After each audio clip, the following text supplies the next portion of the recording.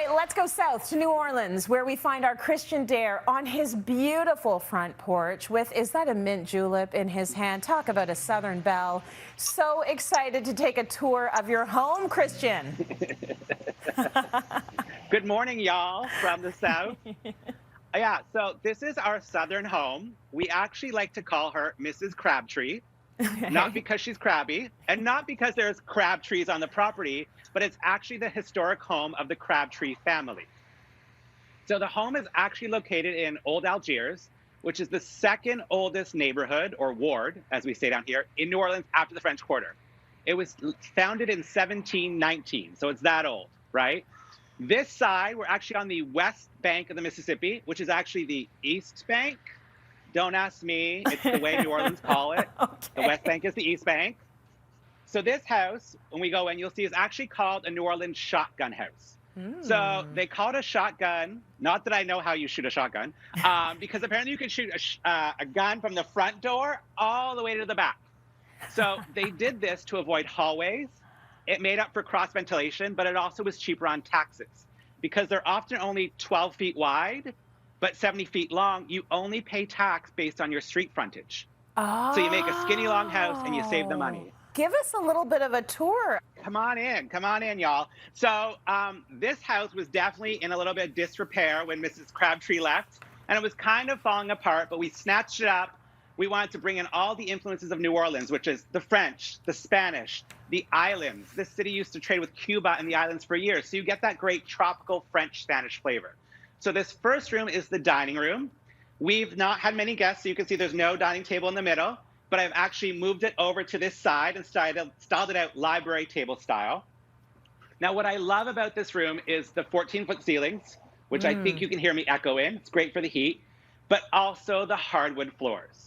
So when we bought this house, and I'm sure there's a photo, every floor was covered in linoleum. Ooh. Bad, old, nasty linoleum. We ripped it up, we sanded, we repaired, we stained, and then we got these beautiful original cypress floors that we refinished. Ooh. So it was a great find underneath everything. I think what's beautiful about restoring an old home is the surprises and gems that you're able to find that really add to the flavor of the home and the story of the space. Yeah, so in the living room, there's two things we discovered. All these walls were covered in wallpaper, and then this weird kind of fiberboard wood stuff that just fell off the walls.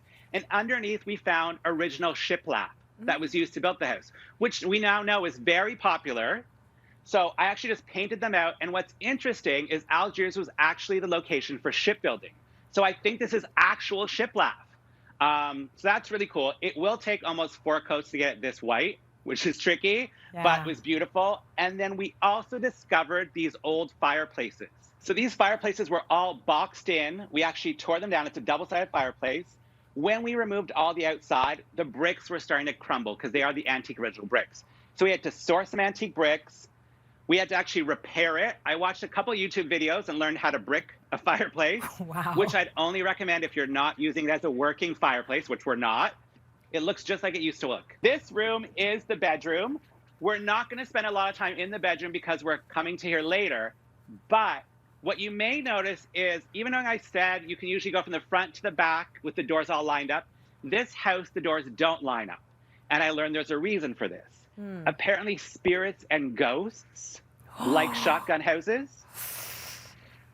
But if you don't line them up, it confounds the ghosts and confuses them, so they leave. So let me ask you this, Christian. Is the house a little bit haunted? Is there any signs of any spirits around, ghosts? I mean, we don't talk about it because we assume everything in New Orleans is haunted and ghosts. But I will say on sunny days, when we leave, if we close all the shutters, we come home to them all open. And we learned Mrs. Crabtree always kept her shutters open. Are you serious? Can you believe it? No. Well, maybe it's just the wind. I don't know. We don't know for sure, but it adds to the charm of the house. Okay. So as you can see, in the kitchen, we also had great shiplap, so we painted it out. And we wanted to take advantage of these crazy high ceilings. So I don't know if you've ever tried, I'm sure you have, pricing out custom tall cabinets. They're out of my budget, girl. But the trick we did is we actually bought pre-made cabinets from a big box store and double stacked them. So it's actually two full sets of cabinets. We did glass on the top so you could put all your like fancy chinaware up there, extra storage.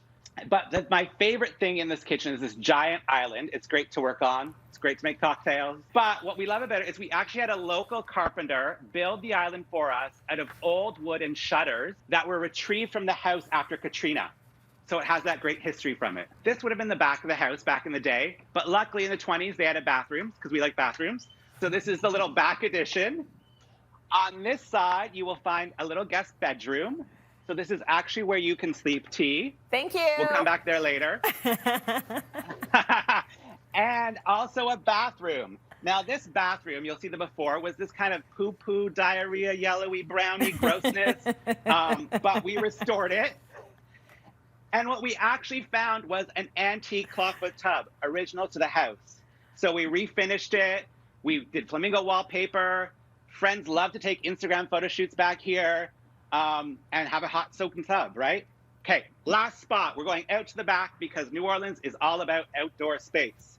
Okay. Now, this used to be a carport, and I would call it a mud pile, as you can see from the photos. And now it's our outdoor dining room and living room. Wow. So you can come out here and enjoy the cool breezes. And then I replaced all the sort of muddy grass with some pea gravel, so we don't have to cut the grass when we come back. And in classic New Orleans fashion, we added a fountain. So that's the full tour, Trace. When are you coming down? Oh my gosh, that is worth the trip. That's worth the layovers. That's worth the plane ride. That is beautiful. And to me, the most important thing is that you found a way to pay tribute to the history of the house and keep all of that international influence going with all of your design and your decor. Christian, thank you so much. What a beautiful restored home. Oh my gosh, she's really so full of charm. As are you, Christian.